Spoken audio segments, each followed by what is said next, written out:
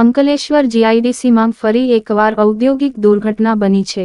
Detox India કંપનીમાં પ્રચંડ ધડાકા સાથે બ્લાસ્ટ થતાં 4 કામદારોના મોત નીપજ્યા હતા। આ બ્લાસ્ટના પગલે ડેડિયાપાડાના ધારાસભ્ય ચેતર વસાવા કંપની ખાતે આવી પહોંચ્યા હતા અને યોગ્ય ન્યાયની માંગણી કરી હતી। અંકલેશ્વર ઔદ્યોગિક વસાહતમાં આવેલી ડેટોક્સ ઇન્ડિયા કંપનીમાં આજે બપોરના સમયે બ્લાસ્ટની ઘટના બનતા દોડધામ મચી જવા પામી હતી। પ્રચંડ ધડાકા સાથે બ્લાસ્ટ થતાં નજીકમાં કામ કરી રહેલા 4 કામદારો હરિનાથ યાદવ, પિયુષ પાસવાન, મુકેશ યાદવ તથા અશોક ઠાકુરના મોત નીપજ્યા હતા। આ ઘટનાના પગલે ડેડિયાપાડાના ધારાસભ્ય ચૈતર વસાવા તાત્કાલિક દોડી આવ્યા હતા અને પરિવારજનોને સાંત્વના આપી યોગ્ય ન્યાય અપાવવાની ખાતરી આપી। સ્થાનિકો અને પરિવારજનો દ્વારા કંપનીની બેદરકારીની માહિતી ધારાસભ્યને આપી હતી।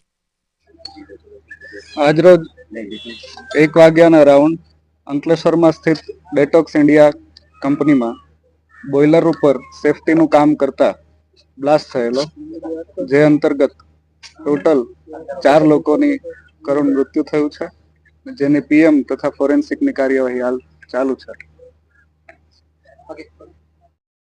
ડેટોક્સ ઇન્ડિયા પ્રાઇવેટ લિમિટેડમાં આજ રોજ બપોરે 12:45-40 કલાકે એપ્રોક્સિમેટલી એક ફીડ ટેન્કમાં અચાનક બ્લાસ્ટ થયો હતો અને આ ફીડ ટેન્કમાં ટેન્કના રૂફની ઉપર રેલિંગ લગાવવાની હોય છે। જે રેલિંગના માટેની વેલ્ડિંગની કામગીરી ચાલતી હતી તે દરમિયાન અચાનક બ્લાસ્ટ થયો હતો અને 4 શ્રમયોગીઓનું આ અકસ્માત દરમિયાન મૃત્યુ થયેલ છે અને એ અંગેની અમારી તરફથી કાર્યવાહી અત્યારે હજુ ચાલુ છે, ડિટેલ ઇન્વેસ્ટિગેશન। એટલે આ જે એક્સિડન્ટ થયો છે રૂફટોપ ની ઉપર આવેલી રેલિંગની વેલ્ડિંગની કામગીરી કરતા હતા તે દરમિયાન થયો છે અને જે બાબતની કાર્યવાહી હજુ ચાલુ છે। મેડમ, એક મૃતદેહ પ્રીમાઇસીસની બહાર પણ ઉછળીને પડ્યો હતો, એ પણ વિગતો મળી છે। એ ઘટનાને તમે કારખાનાના ઓપરેટર એક્સિડન્ટ બન્યાના થોડા વખત પછી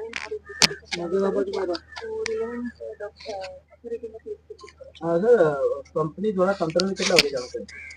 કંપની દ્વારા એમને લગભગ 1 વાગ્યા પછી જેવી એમને ટેલિફોનિક જાણ કરી હતી।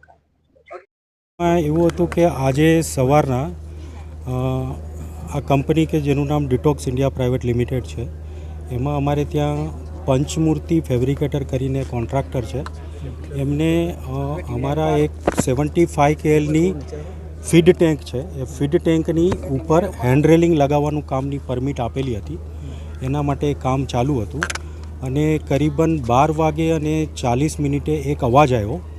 તો જેવો અવાજ આવ્યો તો અમે લોકો ત્યાં જઈને જોયું તો જે ટેન્કની રૂફ હોય કે જેને ડિસેન્ડ કહીએ ટેન્કની ઉપરનો, એ ફેંકાય અને કરીબન 15-20 મીટર દૂર પડેલો હતો અને 2 શ્રમિક માણસના ત્યાં મૃતદેહ જોવા મળેલા હતા અને પછી અમે તપાસ કરતાં બાકીના 2 માણસો, કારણ કે એ કામ ઉપર 4 માણસો એંગેજ હતા, એટલે બાકીના 2 માણસોની શોધખોળ કરવાથી પછી એક માણસ ટેન્કની પાછળની સાઈડમાંથી મળેલો અને એક માણસ જે છે એ બાઉન્ડ્રીની બાજુમાંથી બહારની સાઈડમાંથી મળેલો હતો।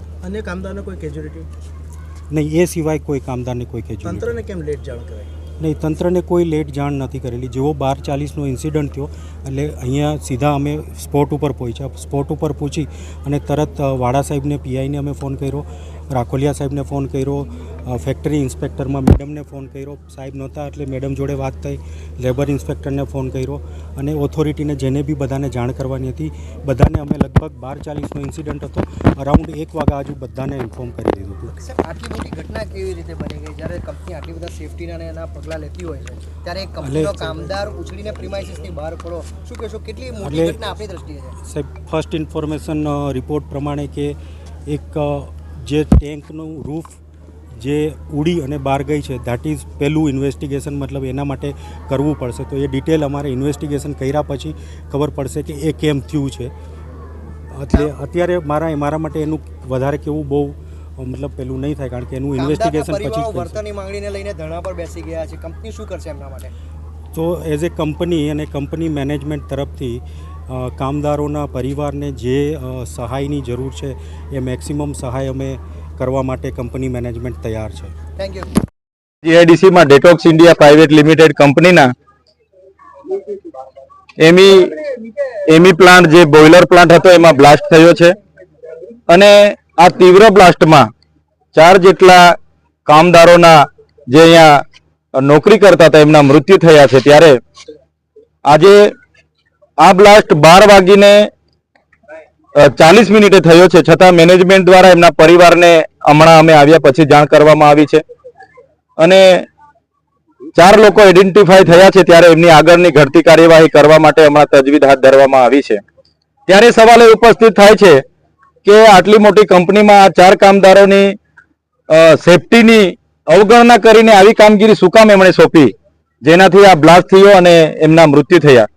અને એમના પરિવારમાં નાના નાના બાળકો છે, ત્યારે અમે કંપની મેનેજમેન્ટ એમના ઓથોરાઇઝ લોકોને કહેવા માંગીએ છીએ કે આ પરિવારને દરેક પરિવારના વ્યક્તિ દીઠ 1-1 કરોડની કંપની દ્વારા એમને સહાય ચૂકવવામાં આવે, એમની વીમા પોલિસી આપવામાં આવે અને નાના નાના બાળકો અને પરિવારને માનવતાના રીતે જે પણ મદદ બને એ મદદ એમના દ્વારા કરવામાં આવે એવી અમે કંપનીના મેનેજમેન્ટને વિનંતી કરીએ છીએ. કેતનભાઈ, કંપનીનો રિસ્પોન્સ આપની રજૂઆતો બાબતે કેવો છે? કંપનીના જે પ્લાન્ટ મેનેજર છે અમને મળેલા છે, સાથે અહીંના અધિકારી પ્રાંત અધિકારી શ્રી અને જે સેફટી અધિકારી છે મેડમ એ અહીંયા ઉપસ્થિત છે. ત્યારે કંપની નજીવી રકમ આપવાની વાત કરે છે. હમણાં મોંઘવારીમાં એમના નાના નાના 3-3, 4-4 બાળકો છે, માત્ર પત્ની બિચારી અહીંયા અમને રજડે છે, તો એમના પરિવાર એમના બાળકો માટે કંપની પર વ્યક્તિ 1-1 કરોડની જોગવાઈ કરે એવી અમે માંગણી કરીએ છીએ. કેતનભાઈ, ઘટનાના 4-4.5 કલાક સુધી પરિવારજનોએ મૃતદેહ જોવા ન મળ્યા, કોઈ સત્તાવાર માહિતી ન મળી, શું લાગી રહ્યું છે, આવું કેમ બન્યું હતું? ખરેખર આ દુઃખદ બાબત છે. જ્યારે ઘટના બની પરિવારને પણ ખબર નથી અને મેનેજમેન્ટે 4:30 વાગ્યા સુધી કોઈને કીધું નહીં કે કોણ મરી ગયેલા છે, કોને ઈજા થઈ છે. ત્યારે અમે હમણાં આવ્યા ત્યારે પ્રાંત અધિકારી શ્રી, અહીંયા સેફટી અધિકારી શ્રી અને એમના જે પ્લાન્ટ મેનેજર છે એમણે અમને કીધું કે 4 જણની આઈડેન્ટિફાઈ થઈ છે, 4 જણને જ આમાં મૃત્યુ થયા છે.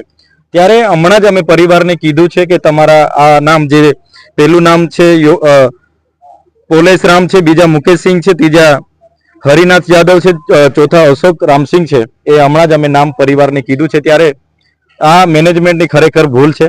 હમણાં એની આગળની જે તપાસ છે ફોરેન્સિક લેબની કરાવવાની હશે, પીએમ કરાવવાનો હશે કે પંચકેસ કરાવવાનો હશે, એમાં પણ મોડું થઈ રહ્યું છે. ત્યારે મેનેજમેન્ટ એમના પરિવારને સમયાંતરે જાણ કરી દેતા એવી એ પરિવારની પણ લાગણી છે, છતાં એમને જાણ નથી કરી એટલે પરિવાર દુઃખી છે. એમને દૂર હજુ જાણ કરવાની છે. ત્યારે ફરી એકવાર કહીએ છીએ, સેફટીના અભાવે જે કામ એમને સોંપ્યું છે એવું કામ એ એમની નિષ્કાળજી દર્શાવે છે અને દરેક પરિવારને વ્યક્તિગત 1-1 કરોડ રૂપિયા કંપની માનવતાની રાહે સહાય ચૂકવે એવી અમે માંગ કરીએ છીએ.